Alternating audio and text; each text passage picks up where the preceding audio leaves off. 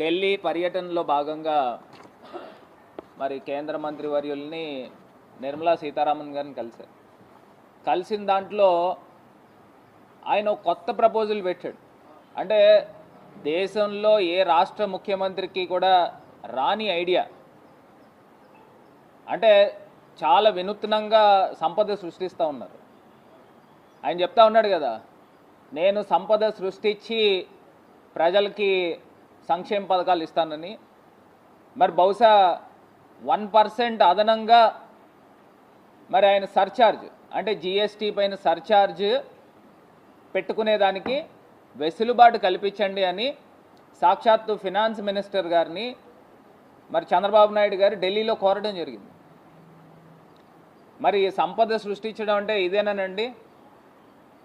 అంటే సామాన్య ప్రజలు, సగటున సామాన్య ప్రజలు ఆంధ్రప్రదేశ్ రాష్ట్రంలో, కేవలం ఇది ఒకటే రాష్ట్రం, దేశంలో ఏ రాష్ట్రం కాదు, ఆంధ్రప్రదేశ్ రాష్ట్రంలో ఏది కొన్నా కానీ 1% అదనంగా ట్యాక్స్ కట్టాలన్నమాట.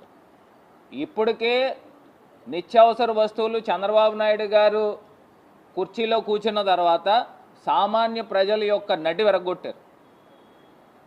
బాదుడే బాదుడు కిందన రేట్లు బాది, ఉల్లిపాయ టమాటా అయితే సెంచరీ కొట్టేసినాయి. మరి ఇంకా అసలు సామాన్య ప్రజలు ఎలా బతకాల? దీనికి అదనంగా మరి డైరెక్ట్గా ఫినాన్స్ మినిస్టర్ గారిని ఎంత నిస్సిగ్గుగా అడుగుతూ ఉన్నారండి. ఆయన చెప్తా ఉన్నాడు, విజయవాడ వరదలు వచ్చినాయి, అతలాకుతలం అయిపోయినాయి, దాని గురించి రాష్ట్ర ప్రజలందరూ కూడా 1% ట్యాక్స్ కట్టాలి. మరి ఇదేనండి చంద్రబాబు నాయుడు గారు తమరి తాలూకా సెల్ఫ్ ఫైనాన్స్డ్ అమరావతి మోడల్ అని చెప్పారు. మరి ఏం చేశారు అమరావతి మోడల్? సంపద సృష్టించడం అంటే ఇదేనా? ప్రజలపైన ట్యాక్సులు పెట్టడము ఇదేనా సంపద సృష్టించడం అంటే? నాకు ఏదో పూర్వం రోజుల్లో కొంతమంది రాజులు గుర్తొచ్చేవారు.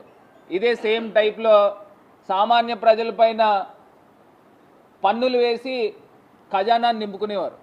సేమ్ ఇదే పద్ధతి కనబడతా ఉంది చంద్రబాబు నాయుడు గారు వ్యవహార శైలి చూస్తూ ఉంటే. అసలు ఇది ఎక్కడ ధోరణి అని అడుగుతూ ఉన్నాం. మళ్ళీనేమో డైరెక్ట్గా ఇవాళ ఈనాడు పేపర్లో రాస్తూ ఉన్నారు. ఈనాడు పేపర్లో డైరెక్ట్గా వెసులుబాటు కల్పించండి అని చెప్తా ఉన్నారు. ఎంత అన్యాయం అండి ఇది!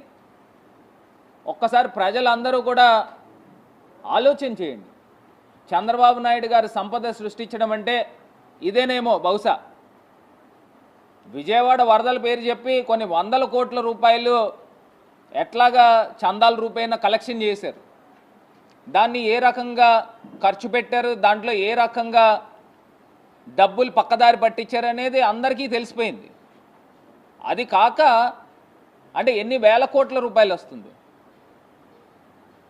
దీన్ని ప్రజల్ని ఏ రకంగా మోసం చేస్తూ ఉన్నారనేది ఒక్కసారి గమనించమని కోరుతాం. ఇది కాకుండా రెండో అంశము, ప్రధానమైన అంశం, కరెంట్ స్మార్ట్ మీటర్ల గురించి మాట్లాడుతూ ఉన్నారు. నేను ఒకటి అడుగుతూ ఉన్నా ఇదే చంద్రబాబు నాయుడు గారిని, ఈ కరెంట్ స్మార్ట్ మీటర్లు నాకు ఒక సామెత గుర్తొస్తూ ఉంది. ఆ సామెత ఏంటంటే, చిన్నప్పుడు మేము చదువుకునేటప్పుడు ఇంగ్లీష్లో ఒక కామాకున్న ఇంపార్టెన్స్ గురించి చెప్పారు. ఒక సామెత చెప్తా.